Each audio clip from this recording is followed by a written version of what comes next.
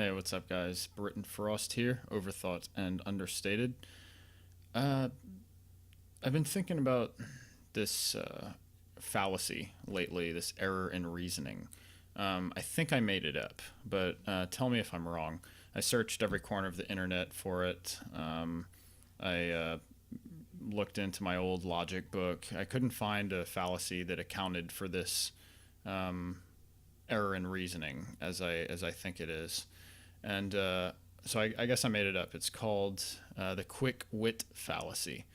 Um, so the fallacy goes like this: it's the argument that a claim is true um, because it was the first or the quickest response offered.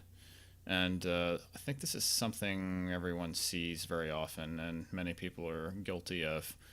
Um, that a claim is true because it was put forth before all of the others. Um, I'm somewhat familiar with intelligence studies, IQ studies in psychology and neuroscience, and I know that there are some correlations between IQ and the speed at which one processes and answers a question. But really, that's still a merely a correlation. It doesn't really account for all of intelligence. But there are no correlations that I know of between IQ and truth or wisdom and actually being right. Because someone who's very smart can adopt an assumption and then deduce many different things based on that assumption. And it doesn't necessarily mean that their claims are going to be right. It just means that they're logically consistent within the confines of that assumption. It's like Terence McKenna used to say about the Big Bang Theory. Science science is in the business of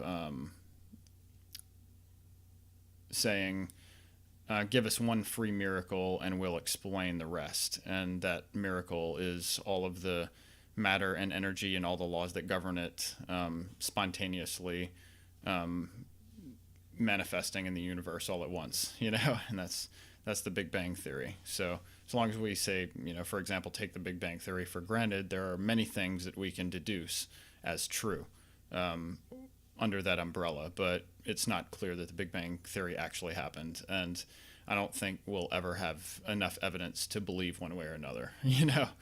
I think it's deeply anthropocentric to claim otherwise. But anyway, not to get too far off topic.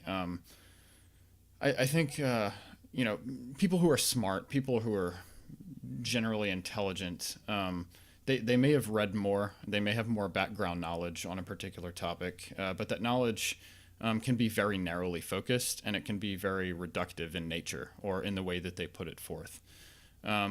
And wit is an example of such smartness. It's you have all this knowledge stored. Somebody says something, and you have all of these relatable concepts that you've learned about to it, and you put those forth immediately without sometimes even thinking about it. And so it's conventional smartness in that sense. A lot of people are smitten by that quick-witted guy in the room. They might regard him at a dinner party or something as the smartest duck in the room. But it's not always the case that he's actually the most intelligent, and it's by no means the case that he's the most wise or the most honest or the most genuine truth seeker who's there.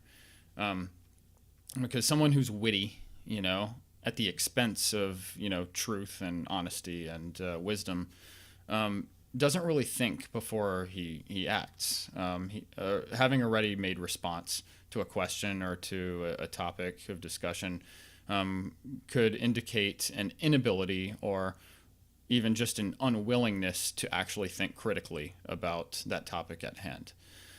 So I think that's an error.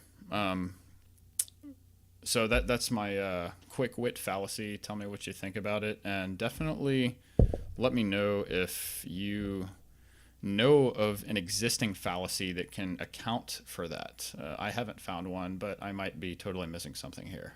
So anyway, that's it. The quick wit fallacy, the argument that a claim is true because it was the first or the quickest response offered in a situation.